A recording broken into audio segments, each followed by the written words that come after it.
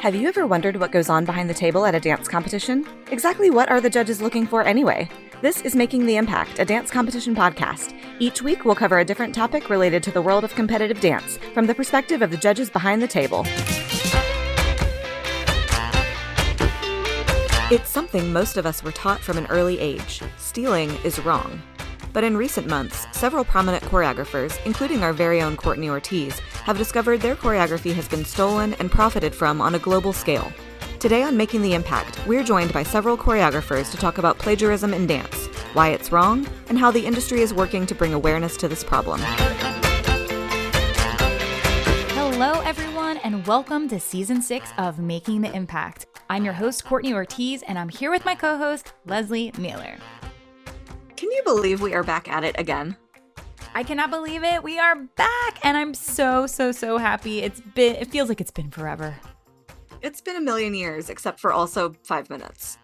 The summer goes by so fast. It really does. And I mean, we really have been having some non-summery weather too. So it really feels like, okay, podcast season is here. The fall is here. Dance season is here. I feel like we're ready to jump right in. And this season is starting off with a bang with this episode, Courtney. Oh my gosh, everybody. I don't even know where to begin. We have so much to cover in this episode. And if you were following along with me on social media this summer, you may have seen a lot of things happening.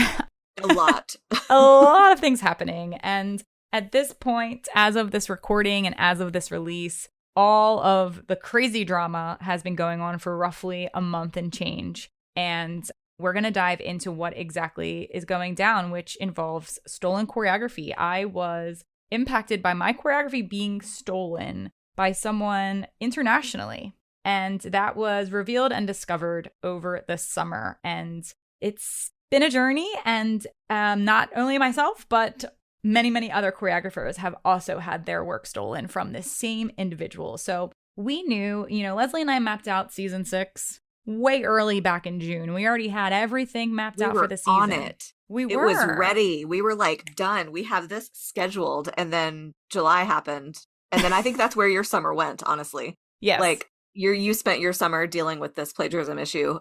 And then we decided we had to have this as our first episode of the season because it's just that important. We decided to nix our plans for the first episode. And here we are with the new first episode because we really felt like it was important to bring to light the issues with plagiarism in our industry, even though we have talked about this multiple times. Yes, we have. It's one of those things that I think the more you talk about it, the more people understand, hey, this actually is a problem. And you can't just sweep it under the rug.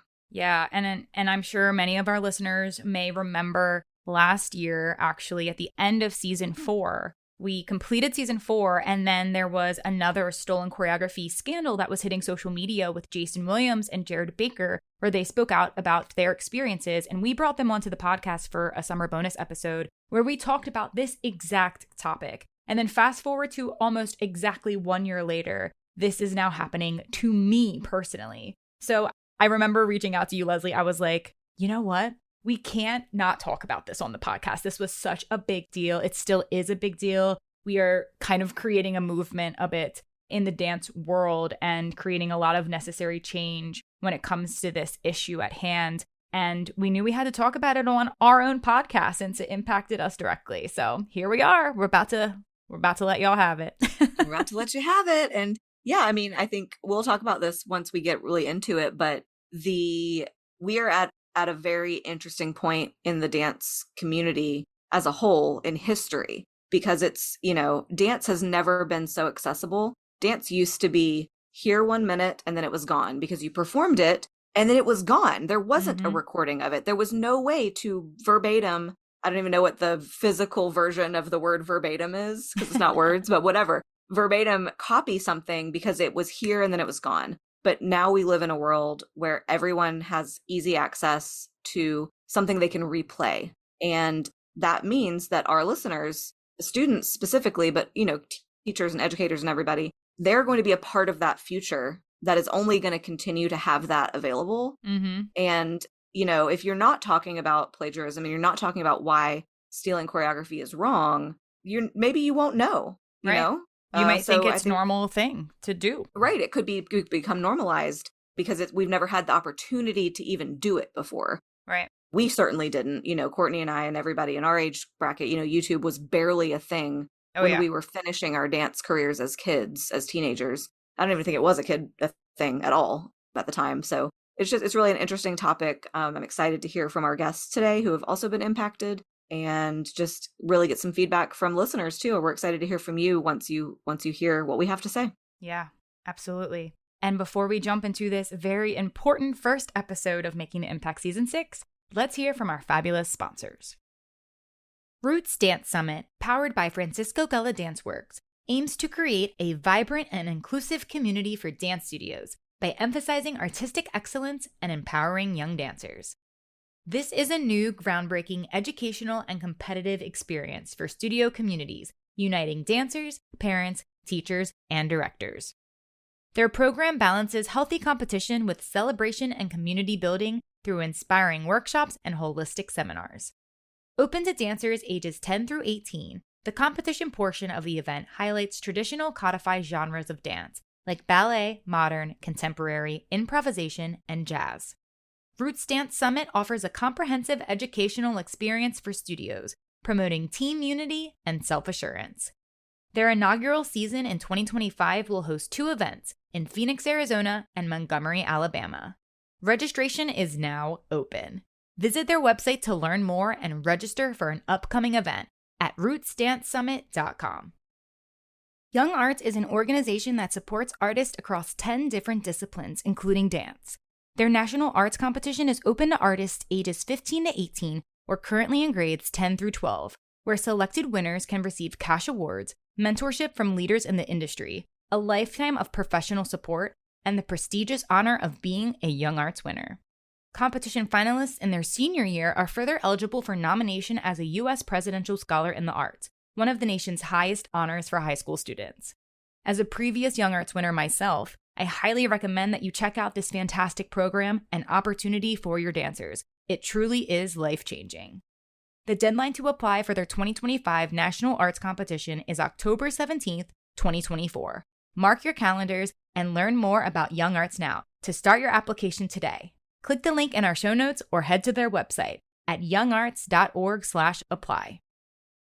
All right, listeners, it's time to jump into our first episode of Season 6 on Making the Impact. And boy, this is a hot one. One of the hottest topics that we've probably ever covered. And fun fact, we've already covered this topic multiple times, actually, on the podcast throughout all of our seasons. But now we're here today sitting down with the choreographers who have been directly impacted by a stolen choreography scandal that has taken place globally around the world. It is a huge, huge issue. This all went down over the summer, and it also directly impacted me as a choreographer as well. I'm actually the one that kind of brought this to light, and I'm going to share that story with you right here on the podcast. And this is our very first time all sitting down and openly talking about this out into the public. So I'm really excited to be here with some fantastic new friends of mine, old friends of mine, and people who I've admired and looked up to in the industry for so many years. Fantastic choreographers are joining us today, and we have 3 brand new guests to the podcast. The first person that I'm excited to welcome to the podcast is a longtime friend of mine because I have actually had the opportunity to teach alongside them at a Revel Dance Convention for many, many years. I've taken their class through the years. I've auditioned for them, and boy, is their choreography the best. They are a working Broadway choreographer, and they even have Smash on Broadway coming to the scene very, very soon. I'm excited to welcome the one, the only Josh Bergasse to the podcast. Welcome, Josh. Thanks, Courtney. Good to be here. So happy to be here with you. And it was such a blast working alongside you through our years at Revel and get to know you even more. And I'm also really sorry that this has happened to both of us with our stolen choreography, but I'm grateful that you're here today to shed some light on the issue and talk about it openly. So Josh, if you wouldn't mind telling the world more about you, where you grew up, a few career credits, what you're currently working on now, and yeah. Sure, yeah. I grew up at my mother's dance school in Michigan, just outside of Detroit. So like my first pair of tattoos was, I was 3 years old, and I was just like the little brat of the studio running around and, dancing like for 5 minutes in one class and then jumping to another room, going to 5 minutes in another class. And then, I stayed, I grew up there. I started teaching there. I started choreographing there, and competitions and recitals and galas and all that. And then, I wanted to like dance professionally. So I moved to New York and started dancing professionally on Broadway and tours and things like that. And then as I got a little older, I would like, I also taught in New York too. That was kind of like my, day job. It was like my waiting tables. I would teach at like Broadway Dance Center and stuff like that. So then, as I got a little older, I started to transition into choreography, which was hard because you had to kind of start from scratch again. I thought I was having a performer's life with, being on Broadway and doing all these great jobs. And then you kind of have to start at the bottom again as a choreographer and work your way up. So it was challenging. And at the same time, I was always teaching, and I still teach. Like you said, we were just teaching on Revel together for, years. And I still teach at like the studios in New York, and I travel and the conventions, and I love it. I just love it so much. And I love sharing and educating and still choreographing as well. So now, my next project, like you said, is, I had worked on the TV show Smash, and now we are developing it for the Broadway stage, which is super exciting. Yeah, we'll open next spring. That's so exciting. And I love hearing that. I think everyone's been dying and waiting for Smash to come to Broadway. Since the show came out, everyone's like, when's it hitting Broadway? And it's finally here, like 15 years later, 10 years later. Something, yeah, pretty close. Yeah, right about that, like 12 years later. The idea was that it was going to be after every season, whatever show we did that season, then we would plop on Broadway. That's what the producers thought. And it was like, yeah, it's not quite that easy. Right. It doesn't work like that. So it actually takes about 10 to 12 years to do that. So here we are 12 years later, finally doing it on Broadway. Amazing. Well, Josh, thank you so much for being here today and shedding some light on this and all the work that you do in the industry. Thanks for being here. My pleasure. I'm excited.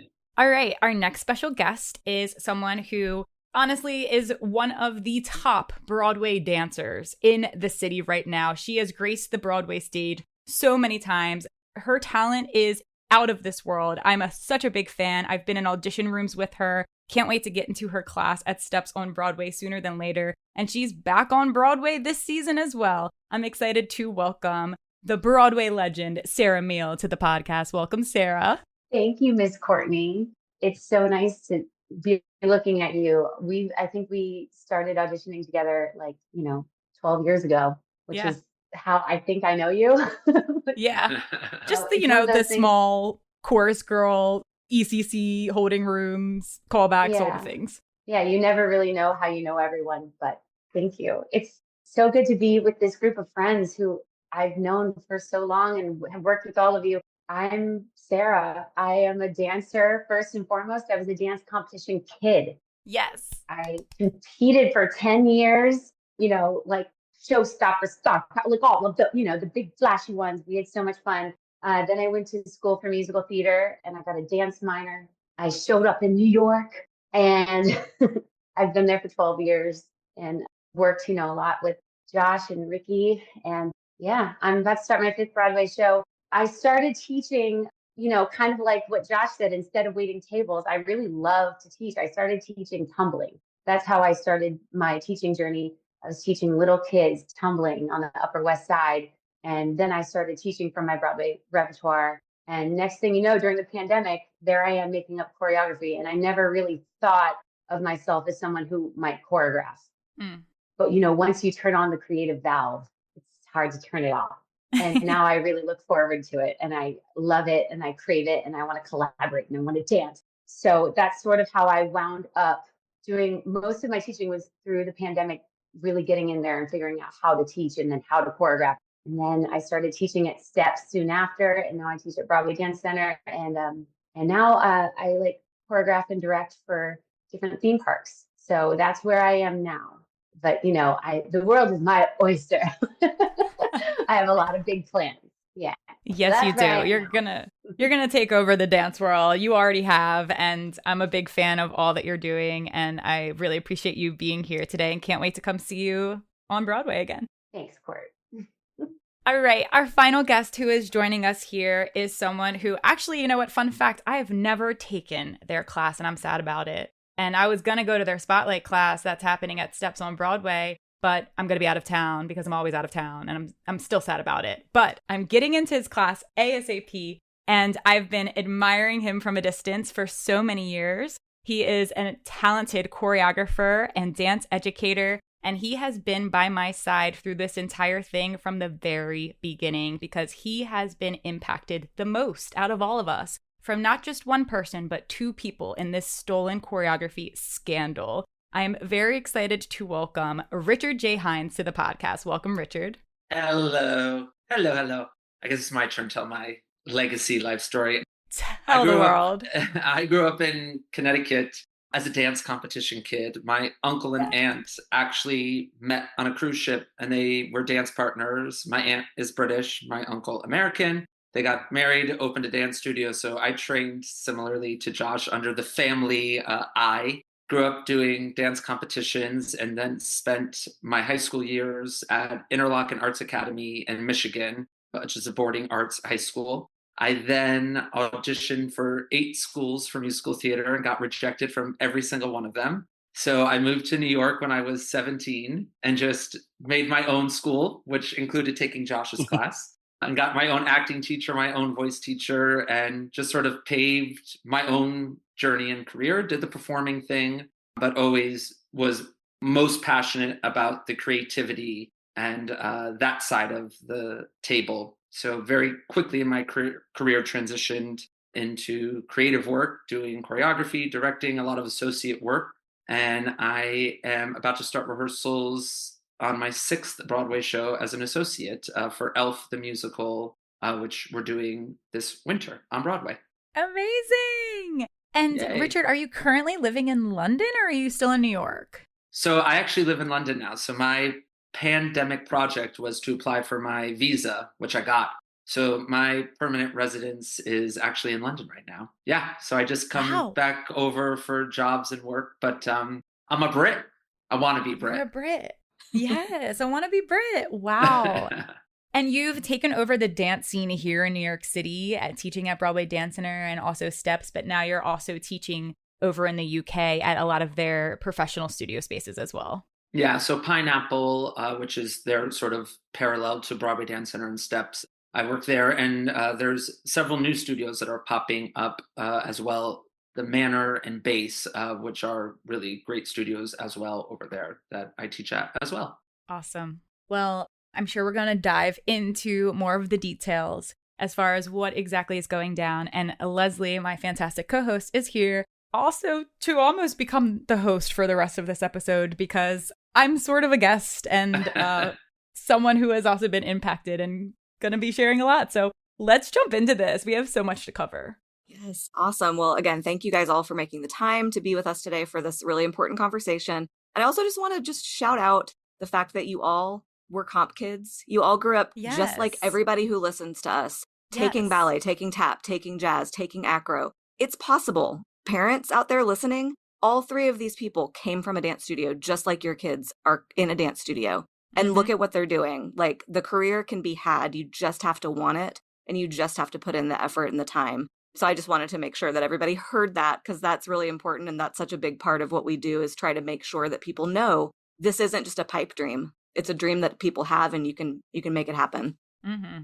However, a dream that none of us have had is having our stuff stolen. That sucks. And it's wrong and it's unfair. And we're here to talk about that today. And I want to start from the beginning because I know a lot of our listeners haven't. If you haven't heard about this already, here we go. We got to give you a crash course on what went down in July. Courtney, I'm going to let you start because you are the person who figured it out. And then we will go from there. Yeah. And I think that I'm even going to start learning how we all started putting this puzzle together collectively, because I don't even really know those details. We've all just kind of band together. So I'll try to keep this short, but there's a lot of details, and let's open this up.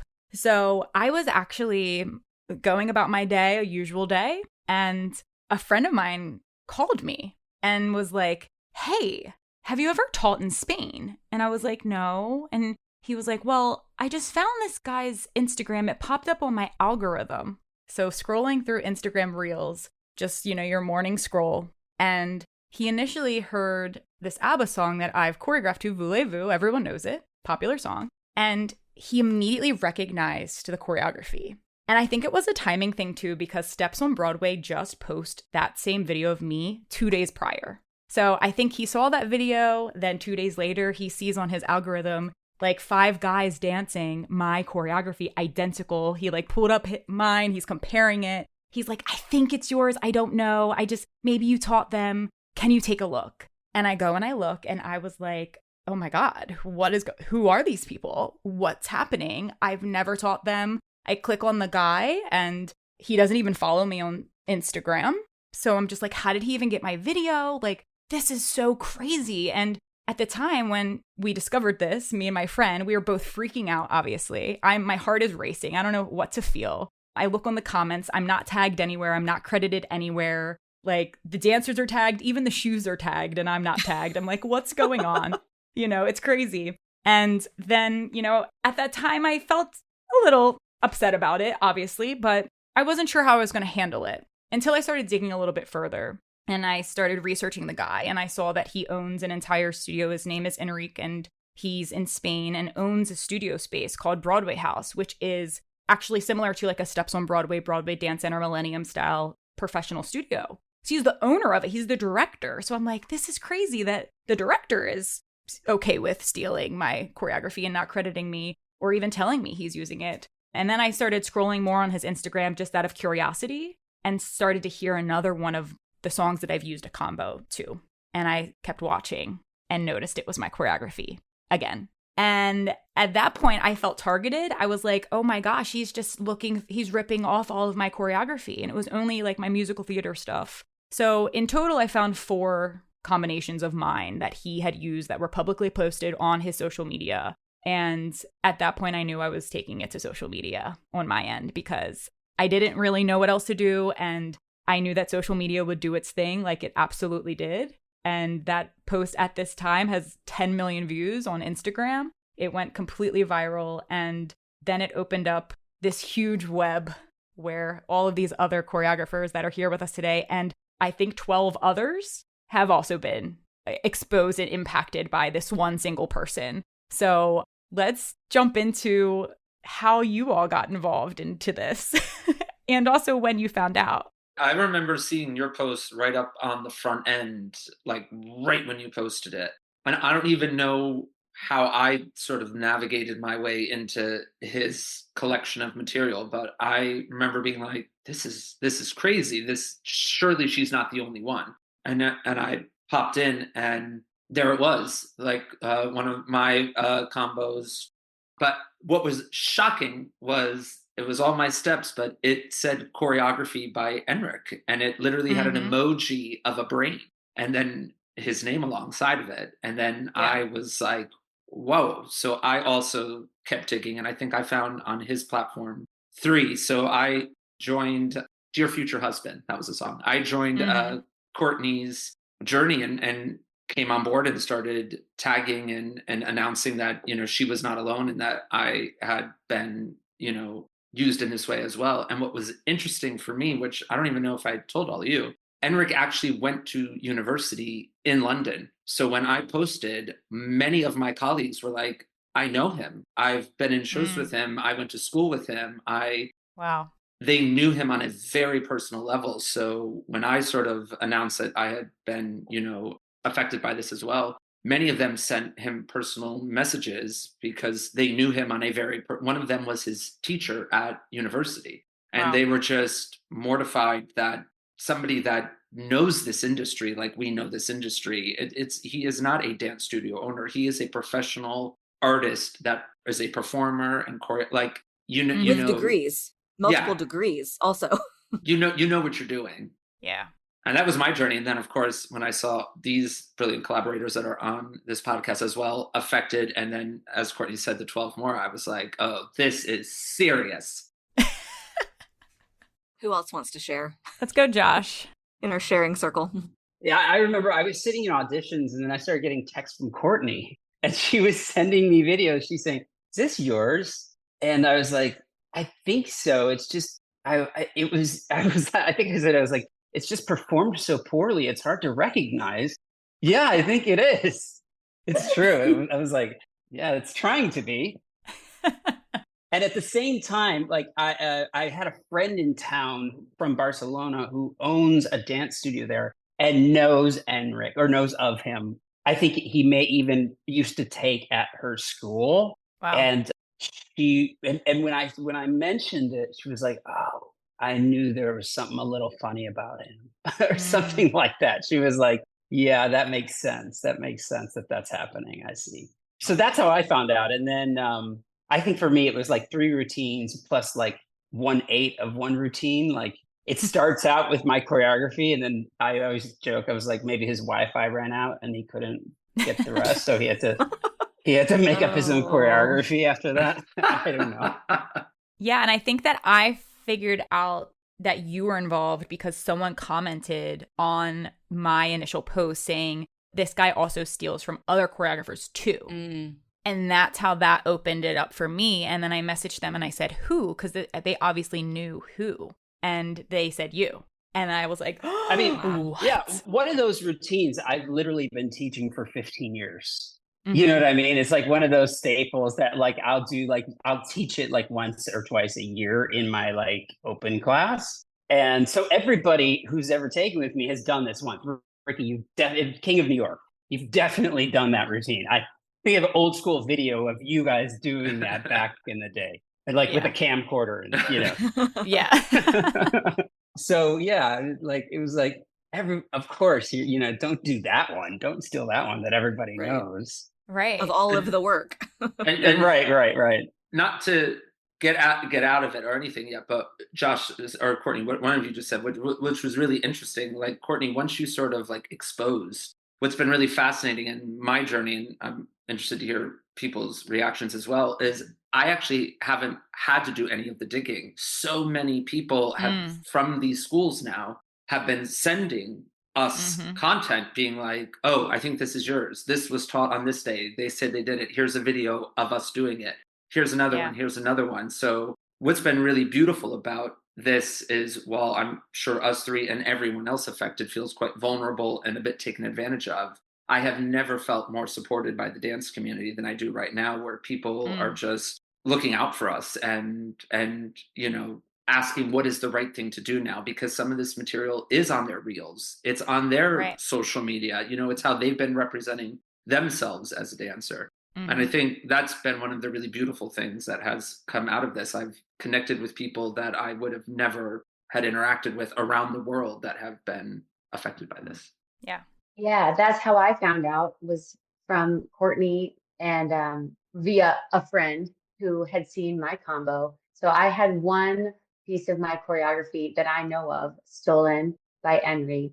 And so I had been like obviously on this, watching all of this happen on the gram, finding out about ChoreoGate 2024, like uh, Courtney's thing happened, and I had seen Ricky, I had already seen yours, and then it happened to Josh. And I texted Josh and I was like, I can't believe this is happening. And then, like, literally a couple days later, Courtney's like, is this yours? And of course, similarly, I click on the little reel, and it is my choreography of Sway by Rosemary Clooney, which is quite literally the hardest thing I've ever taught or have ever done. It's not even that it's like technically so hard. It's just a lot of things happening. It's slow but quick, and it's just kind of like tedious to teach. And it was being taught by Enrique with like da da da's, and Enrique was Oh, like wow. passionately in the background, like slamming out some of the nuanced beats that I honestly like didn't pick up in my like it was so done differently, but it was still mine. Every step of it was mine. Some of the fancy little twirls were taken out, and it was done to accommodate, like a more of a beginner level, but it Mm-hmm. was my choreo and my full, trying to be my full dance. And so yeah, that's when that started happening, and everyone was like, this is Sarah Meahl choreography. And again, like Ricky was saying, so many dancers and students and friends were like, please give credit to at Happy Meal. This is her dance, and I felt so supported, and I hadn't known about that. And I don't even know if there are others, because suddenly all of his stuff was private. And so it was hard Mm-hmm. to access any of his stuff. You had to Mhm. kind of troll through the algorithms of what was going on in Madrid. And I honestly, I think all of us don't have a ton of extra time to be doing that. I'm busy creating and teaching. Yes. So I don't have time to keep scrolling through Madrid's algorithms on the gram. And I'm sure it's not the only thing. And it makes me sad, but that's how I ended up in this hole. Powered by Francisco Gala Dance Works, I am thrilled to present Roots Dance Summit, a revolutionary educational and competitive event for studio communities.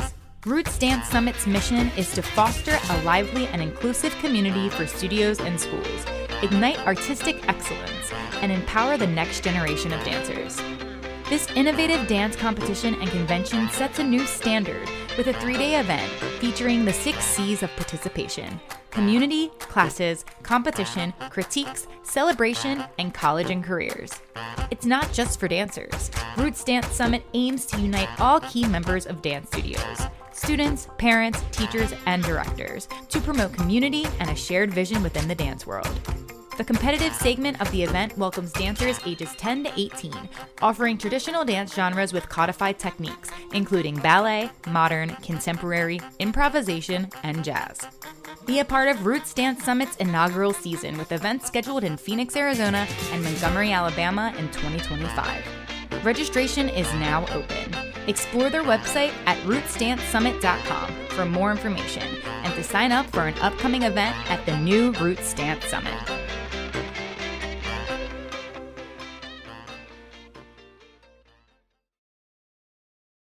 I know that there's a lot more that we didn't get to find out about because of how quickly he made things happen to hide within things. like a few days. I mean, it I did would not say take very long.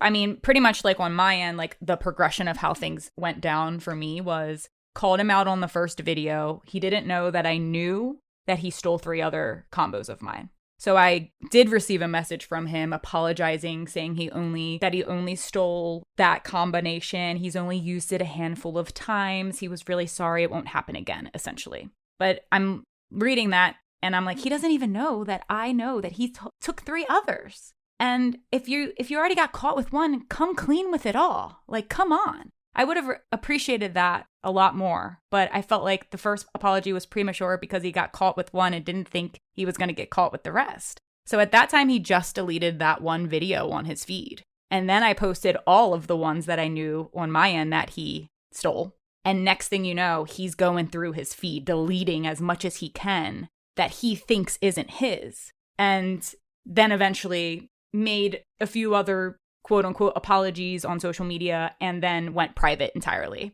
And I understand why, because I know he was probably receiving a lot of hate and unnecessary messages. You know, I do not support that. I feel bad in that sense in so many ways, but you know how social media can get. It's very dangerous out there, and I understand and respect that. But I think that he decided to delete as much evidence as possible on his end, which made it hard for us to continue to try to find what else, because he's never openly shared what all he's stolen. And it's still a mystery to so many of us. And you figure like he has, I mean, I think Courtney for you too, but I know me personally because I looked at it. But I think the first combo he stole of mine was like 4 years ago, 5 years ago. So that's how long he's been on to all of us. And so to your point, we're talking years of content that he has pushed out that we don't even know about. You know what I mean? And to make it clear just for this podcast so that everybody understands, it's not just that he, replicated these combos and taught them. It's that he basically said they were his combos and not only didn't mention us, but mentioned choreography by Enric and told everybody that it was choreography by Enric and was making money off it. Right. Not only in ways. Exactly. Not in just the live classes where people came, paid money, took a class, but in his online platform, which also was a subscription-based platform where at least a couple of those combos existed and would have existed in perpetuity to make him money and to not make the original creator any money. And that's where I personally, as an outsider to all of this, can't get over that part, is that like that could have just kept going and going and going and going. And who knows how much money he could have made. And he has 2 physical locations of Broadway House that he owns.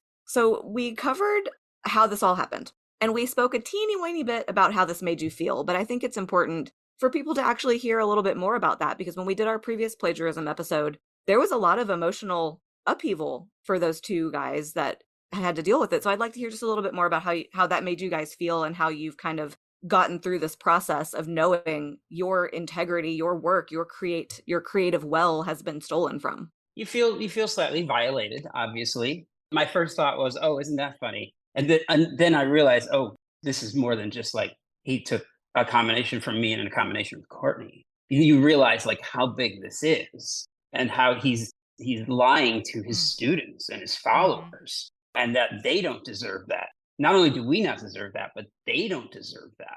And then you realize this is a problem. And if he's doing it, somebody else somewhere is doing it more than, so then it felt like not only do we have to do something about that, but we just have to we have to bring this out into the open as much as possible and talk about it. We have a responsibility to, as educators, to educate our students and our community, to make sure that everybody is basically participating in this experiment of putting choreography online and trusting with a sense of integrity. Because Courtney doesn't have the time to go through everybody's Instagram all over the world, Except she has been doing it somehow.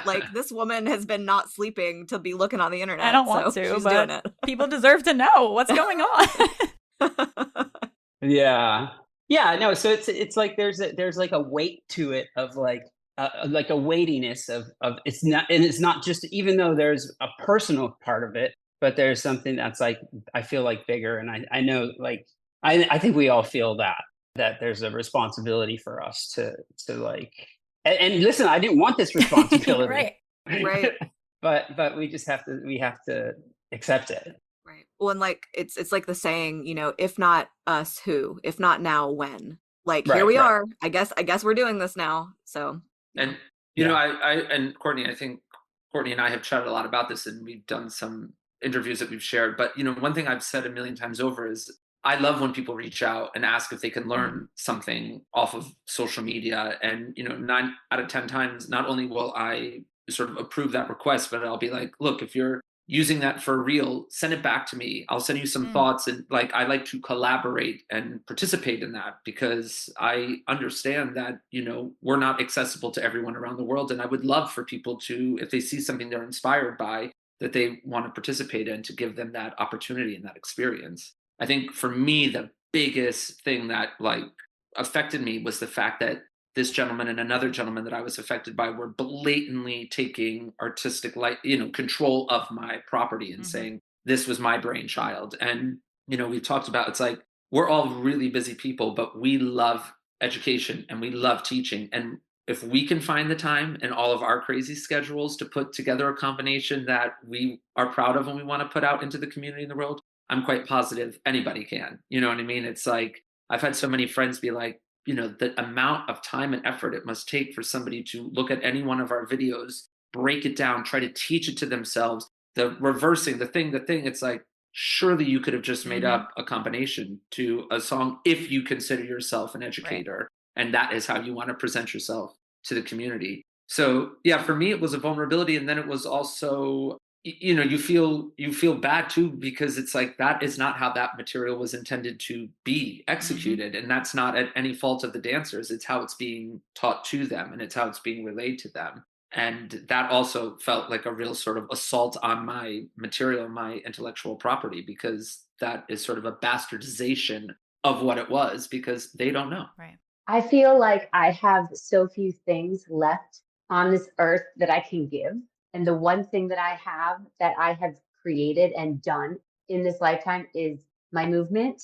And so the fact that was sort of taken and called as someone else's, when I took so much time and had so much emotional care into investing into this moment and this piece of choreography, for someone else to just take it. Whew, I was just kind of mad and a little sad in human ethics. Yeah. I think for me, I was disappointed in humanity, because I knew about, Enrique, and then I know that there was another person that Ricky was affected by, and I think at the end of the day, I'm just really sad that I know that happens more than just those two people. And I know there's more. And it's so disappointing to me. I'm just so disappointed in humanity. I think that for me, my initial reaction was I was obviously very upset. I know a lot of people that listen to the podcast and who know me in the industry know me as someone who's been teaching on the convention circuit for 10 years. And I've always taught dance alongside my professional performance career.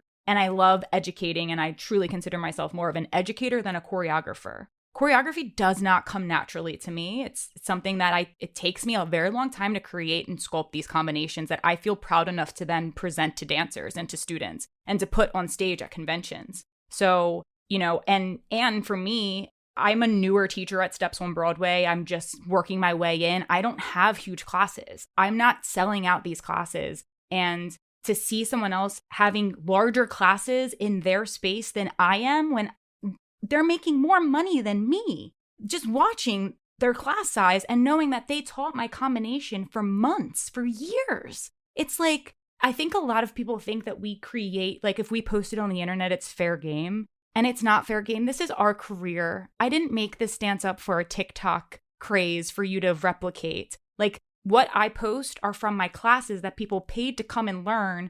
And what I'm posting is to share and hopefully inspire you to want to come and take my class, not learn it from someone else. And that's taking work away from me when someone else is just duplicating my choreography when I get paid to go international and teach in places. So I think that was what was really hard for me to wrap my head around, is the fact that, yeah, it's unfortunate that someone thinks it's okay to steal someone else's choreography, but like, this is my livelihood and my career. And I think a lot of people think that dance isn't real and it isn't, and it's just a fun hobby and you don't make money off of it. But like I make money off of teaching dance, and all of those classes, I didn't make a single dime off of. And I didn't even know it was happening because no one asked me if it was okay. No one gave me consent. No one tagged me. Students had no idea.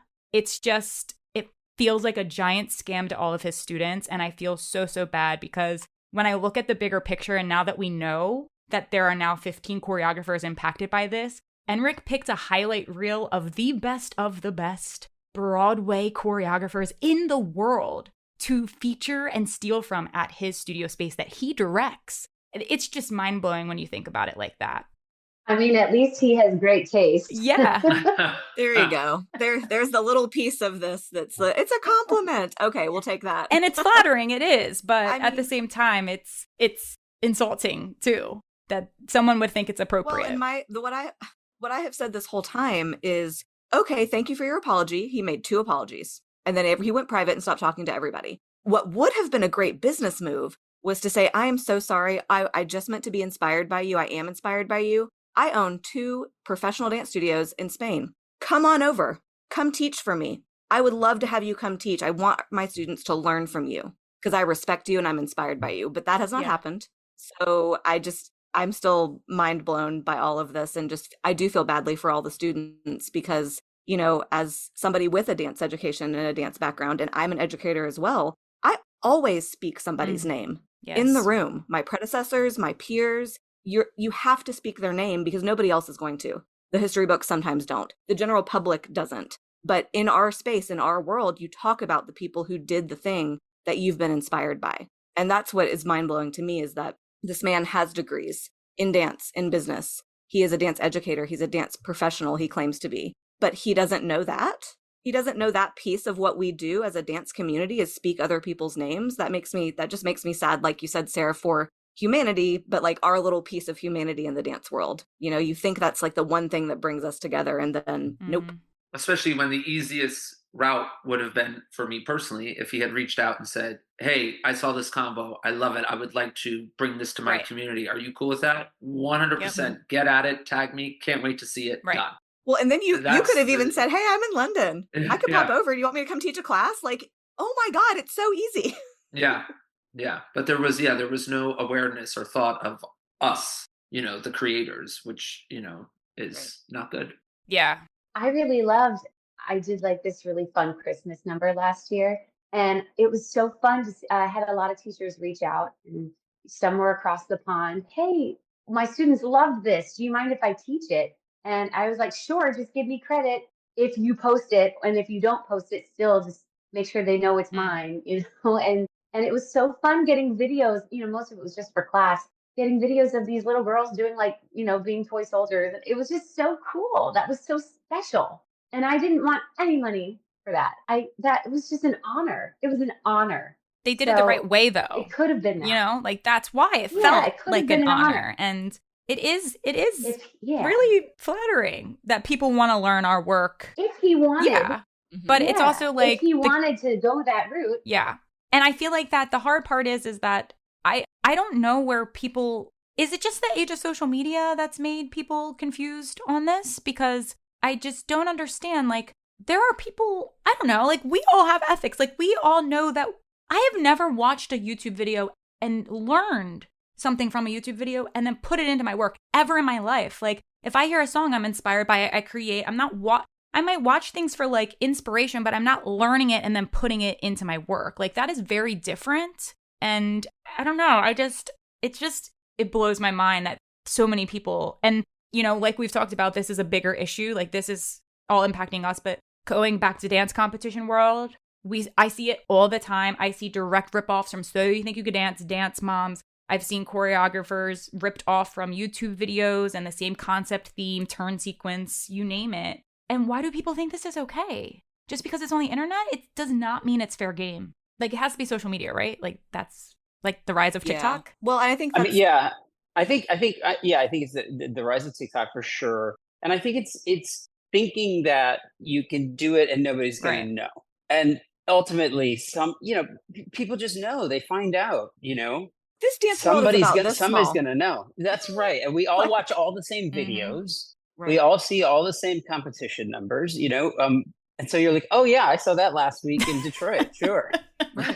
And even in this Zoom room of 5 people, we all know so many of the same people around the world. So it is no longer we're this insular little community that nobody will ever find out. Like you can't think that anymore, even if you are in another country, because we're all it's a global situation. But it is sort of the wild, wild west. And this is where I want to go next of, now in this point in history, we have access to so much, which is amazing. Dance is everywhere, which is amazing for everyone. People who have means and don't have means. And most people can look at the internet and find some dance and find some inspiration. But there's never been a point in time where we've had to navigate how to protect that work in this kind of way. So what as an industry is happening that you guys know of? I know, we don't have a lawyer on this podcast. We don't have the legal copyright information and all of that because it's still, as far as I understand it, being created, being figured out how to implement.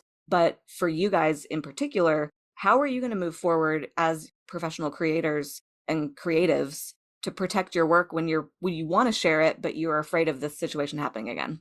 I mean, for me, I'll say, like, I just released a new video through Steps, and we put a disclaimer on at the end of the video, that it's copyrighted and, ownership of of myself. And if somebody reads that, hopefully they will think twice about trying to steal it.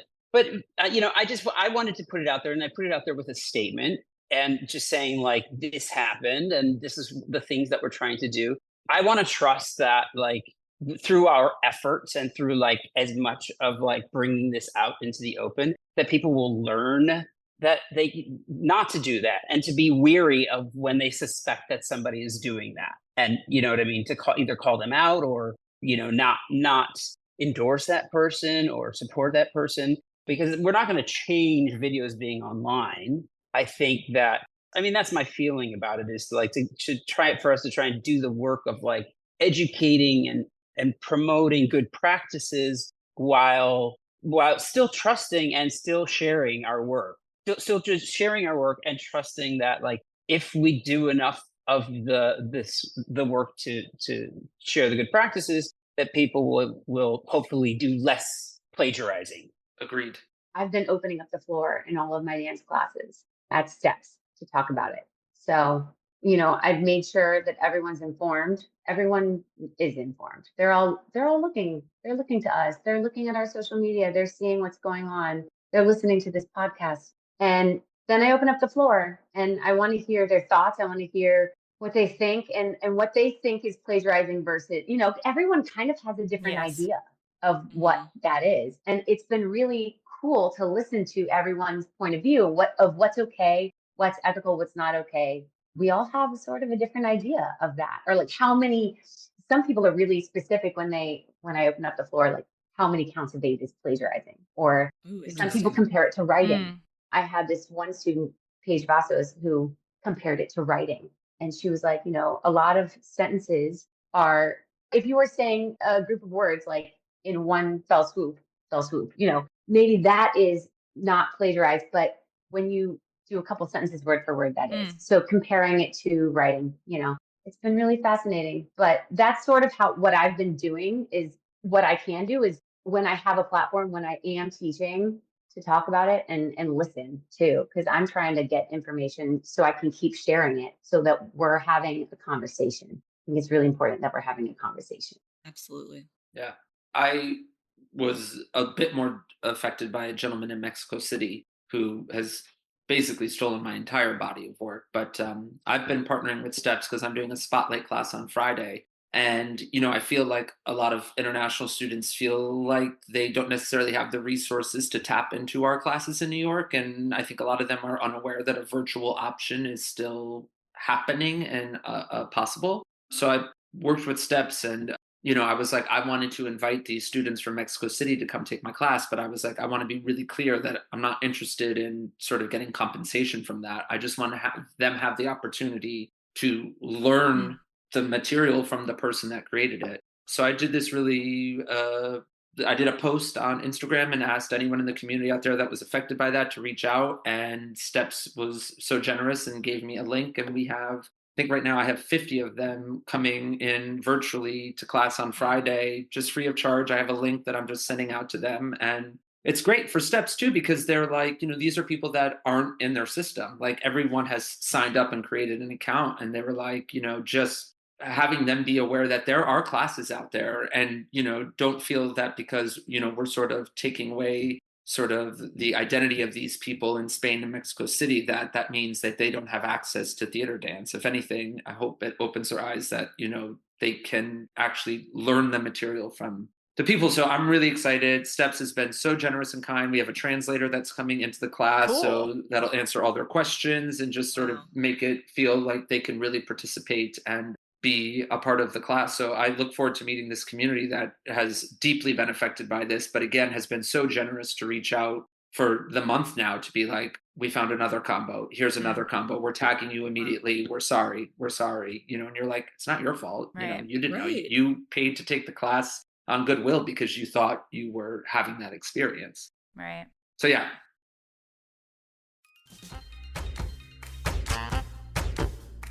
Young Arts is an organization that supports artists across various disciplines, including dance. And each year, they host a national arts competition to showcase the country's most talented young artists. This event is open to all dancers and artists between the ages of 15 and 18, or in grades 10 through 12. Winners have the opportunity to win cash prizes, receive mentorship from industry experts, access ongoing professional guidance, and earn the esteemed title of being a Young Arts winner. Seniors who are finalists may also be nominated as a U.S. Presidential Scholar in the Arts, a prestigious honor for high school students. As a past Young Arts winner, I highly encourage all aspiring dancers to enter into this fantastic program, as it can truly be life-changing and help jumpstart your future in dance. The deadline for the 2025 National Arts Competition is October 17th, 2024. Mark your calendars and apply now. Head to their website to learn more at youngarts.org/apply.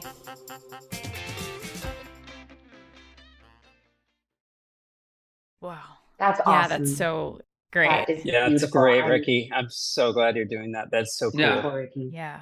I'm excited. Yeah, that is exceptional. And we do have to give a shout out to some of the organizations that have been helping us through this. So Steps on Broadway is one of the first, because majority of the videos actually have been taken directly from Steps on Broadway through their Instagrams. We still don't exactly know how either one of these people found our videos initially, but I think mine was through steps and then going down the rabbit hole after that of searching through a choreographers that you like. You can find more videos on their personal social medias that way. So, which, that's the type of digging that I've also been doing to find other choreographers whose work's been stolen by these same individuals. I also want to give a shout out to the Choreographers Guild. I'm also a newfound member of the Guild, and I'm so grateful to be a part of it. They held a big roundtable talk with all of the board members on the Guild, with a handful of us, to just open up the discussion, brainstorm ideas on how we can do better as an industry, next steps as well. We also discussed IP and copyright protection for choreography. And the Choreographers Guild is also going to be doing a kind of community town hall to just kind of raise awareness and education for the dance industry. So I really appreciate their support in this as well. And they've linked me up with attorneys in different places to talk to when it comes to copyright. And one of the attorneys did inform us, and I think this, I'm fairly certain that this is correct, but they told me that, if we have proof from the beginning that it is our creation, published proof in video form and a timestamped date, then it is ours and it is our authorship. So with that, for everyone out there, if you can show that it's yours first, it's yours. But from my understanding, there is that extra next step of filing it for copyright protection and filing your choreographic work for copyright protection, which if you wanted to take legal action in the States, you would have to have it filed appropriately to be able to do so. From my understanding, that's not necessarily the case with international situations like this. So in a way, we are protected still and can choose to seek action if we wish. But I have been in discussions with a copyright attorney who has recommended to just get into the habit of copywriting all of the material that's going out online. Any choreography that you're doing, file it for copyright, because you want to be ahead of it before it happens. And we know this might happen again. And for me, I'm a little conflicted because it's hard to just think like, and we all know we crank out combo after combo after combo for these classes. It's like, I have to spend money to file this to protect myself for people who might just steal it on the internet. And of course, we don't want anyone to steal it. But I think that in this scenario, like, I think this person never thought they were going to get caught. But you gotta be like dumb to post something that's not yours on the internet. I mean, come on. Like, if you're going to steal something, at least just keep it in the classroom. I'm not saying I'm not supporting that either. But I'm also saying, like, you're bound to get caught if you're posting it openly on the internet and not crediting and not tagging. And also, I think what we've kind of talked about, it's eye-opening to me to know that students also were unaware of our existence. And that is the problem. We need to say the names in the room. There's no excuse. It might have made it a little bit better if it was like, I'm teaching, I found this on YouTube. It's Courtney Ortiz's choreography. I hope you enjoy it. And please tag Courtney if you post any videos. I still think that consent needs to be asked of me first before it's taught in a room. But I still think that's a step in the right direction as far as what we need to be doing as an industry if we are going to be using people's work that's not ours. Well, and I don't know if I would, maybe this is just me, but if I paid $25 to go take a class at a professional level studio and I heard the teacher say, I learned this dance off of YouTube and I'm going to teach it to you today, I would probably ask for a refund. Because that's not what I'm paying. It's true. I don't want that. That's not, I could do that myself for free. Like, no. Right. I do have one thing that I would like everyone to hear. I want the dance kids, the youth, the moms, I need everyone to know that, okay, so we didn't like what Enrique did, right? I don't think the way to go about it is to send hate mail to this person. No one deserves that. Agreed. I always appreciate love and support from, the community and my students and stuff who wanted to reach out and say, hey, this is Happy Meal's, this is, Sarah Meal's choreography, whatever. That's great. Make sure they know it's mine. But then slipping into their DMs with something spiteful or a death, some type of like horrible death wish or something, that is not taking the high road. And even if we, need to take legal action to get what we need, that is taking a high road. That is going through legal, that is a high road. That's honorable. What I don't think is honorable is like slandering someone in DMs That is never, I don't ever think anyone deserves that. And you don't, at the end of the day, we don't want anyone to like hate themselves because of this. Enrique will learn a lesson. Enrique is learning a lesson. I don't need anyone to help me but I'm not someone who would ever do that.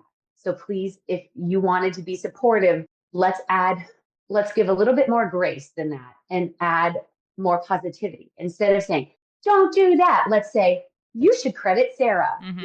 That is a better, more effective way that I think we can go about being better humans on this earth and getting the job done.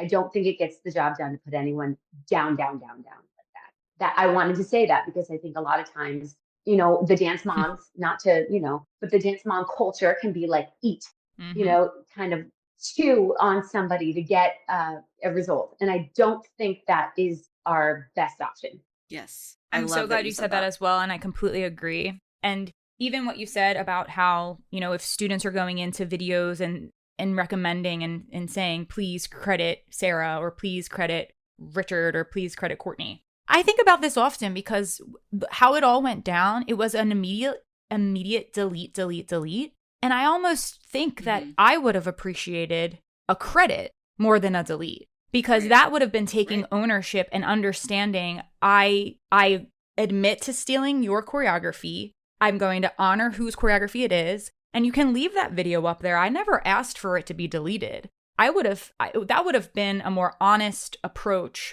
to just completely come clean. And I would have expected that for every single video that was knowingly stolen. But I personally believe that they deleted everything because I don't even think they know who they stole from at this point. There are so many choreography videos that have been taken that I just don't, they know the choreo, they have it ingrained in their body, but they don't know where they got it from. So they can't even credit the real person if they want to. So instead they're just like, I know this isn't mine, but I'm going to delete it because now it's essentially evidence. And that also would have been able to come clean to the students who have been left in the dark from the beginning. Who had no idea. I feel bad going onto their pages, but like they're students who still have videos up from the classes of our choreography and it's still claiming it as his. And it's like, if that's out into the world, like I don't want people still affiliated with him. I want them affiliated with me and my work. So, just getting that information out there, I think that would have been the best way to approach it, would have been the proper crediting. And then students can keep all the videos up and just credit appropriately and be proud of their work and hope you had fun doing my choreography. And then moving forward, consent, asking before it's being used, getting the approval, and then teaching it and crediting the creator in the room and on social media. I think there is a good lesson in here for students, no matter what age, any dancer. A lot of times I talk about in class, owning the dance you just did. So maybe you messed up. Maybe I hate when people finish a button and then and then they walk off and they're all defeated and they walk off with their shoulders down, shaking their head because they're so mad at what they just put out there. We need to start owning what you do on stage, being proud of whatever it was, maybe something really bad. There is so much power in being like, that's right, I just did that. It wasn't my best. But you know what? That's me. Here I am. It's live theater, baby. It's live theater. And this happens. And you can get an audience on your side if you're strong enough and brave enough to own it. Now that goes into being a human, right? So if Enrique could have just owned this moment and stood by his mistake and been like, I made a mistake, I'm going to own it. I'm going to stand by the fact that I just did that. I did that. And I'm going to make a comeback by having everyone come here, like you said, Lesley, or maybe it was to credit each person and then get a following on that person. They could have been like, Richard Hinds, this choreography was from Richard Hinds. And then, Ricky, you could have gained, all these followers. That could have helped you. But instead, it was like a tail between the legs, delete. And so I think whether you're on stage or whether you make some type of mistake in life, the lesson here is own it and be a stand-up human and make an ethical choice. People, we all make mistakes. We're all going to do stuff we're not proud of. How do you recover? How do you recover? That's what I'm the most interested in anyway when I'm watching dancers on stage. I'd rather see them fall and recover and own it than, run off because they're ashamed or embarrassed or something like that. We have to be strong and be bold and own what we're doing. So I guess that's kind of what I wanted to say. We can use this if it's worth anything. we can at Sarah, least. you're a motivational Yes. speaker. Like, I'm so inspired. I'm like, I can own my mistakes. It's going to be fine. Come to class. You should hear this. I can't wait to come. Yes. I know. I'm going to come out of retirement to come to class. Yes, please come. Yeah, that's all I have to say about that. Yeah, I would say what I have really responded to through this journey that has sort of been led by Courtney is how powerful and beautiful our dance community is around the world. People that I have never met, never interacted with. I've gained, I feel like, new friends in a new community through this, which I hate the circumstances in which it happened, but I am grateful for this new community that I have found around the world. And I think, as we've all said, for Enric sort of learning from his mistakes, I think, I've said it in another interview, it's like, we just have each other. We're a community that should be embracing and supporting and loving and sharing and empowering and not stealing. That's sort of like the antithesis of what it is to be an artist and how we can respect each other and complement each other and work together. So yeah, I mean, I think for me, I'm again sad it happened in the way it happened, but I'm so grateful for this new community that I have found, specifically in Spain and Mexico City through this journey, and look forward to getting the day where I can meet them in person and sort of share a space with them and create with them. That would sort of be sort of the icing on the cake from all of this. I mean, I'm grateful to be talking about this, and to continue the conversation and to continue to share it with my students and with other dancers and choreographers so that, we can try to change that culture, and it's going to take more than just like, the five of us on this podcast. It's going to take us sharing it with other people who will hopefully, carry that on to their students and things like that. But I think it's important, and maybe it's something that we kind of we weren't ready for and we didn't expect. And now we're realizing, especially because we've been affected by it, we're like, oh, wow, yeah, this has to be part of what we do. Thanks for tuning in to our first episode of Season 6, all about stolen choreography and plagiarism in the dance world. I want to send a huge thank you to Richard J. Hinds, Sarah Meahl, and Josh Bergasse for joining us on the podcast. Thank you for standing by my side to help advocate and raise awareness about choreography copyright and protection in the dance industry. Don't forget to follow them on Instagram. You can find Richard at Richard J. Hinds, Sarah at Happy Meal, and Josh at Josh Bergasse. And if you're ever in New York City or London, make sure you jump into their classes at Steps on Broadway, Broadway Dance Center, and Pineapple Dance Studios to experience their original choreography. Don't forget to follow Making the Impact on your favorite podcast platform. And if you want more exclusive episodes, support our podcast by joining our Platinum Premium membership for only $5 a month. Subscribers receive free Making the Impact stickers, shout-outs live on the air, ad-free listening, and exclusive access to our Q&A episodes for members only. Join now at www.impactdanceadjudicators.com/platinum premium or click the link in our show notes. Looking for a fresh set of eyes to critique your solo? Then say hello to IDA's online judges critiques. Simply send us a video of your dance, whether it's from an in-studio rehearsal or an on-stage performance, and our judges will take it from there. You'll receive a standard video critique just like you get at competition, but we take it one step further with our best-selling feature, 10 to 15 minutes of post-critique additional feedback. Your judge can now go back through your dance to elaborate and explain their corrections in further detail, and even pause the video to show you exactly what they are referencing throughout their critique. We even offer genre-specific judge requests, 24-hour rush delivery, and bulk order discounts for studios submitting 5 or more dances. Prices start at only $35 per critique and are available year-round. Visit our website to learn more and submit your dance now at impactdanceadjudicators.com/online critiques. We are so excited for Season 6 of Making the Impact, with upcoming episodes, including a studio spotlight episode featuring the Making the Impact Fan Favorite Award winner, having the It Factor, and how to support your dancer. We're so happy to be back for Season 6 of Making the Impact. We'll see you next week for more episodes. Until then, keep dancing.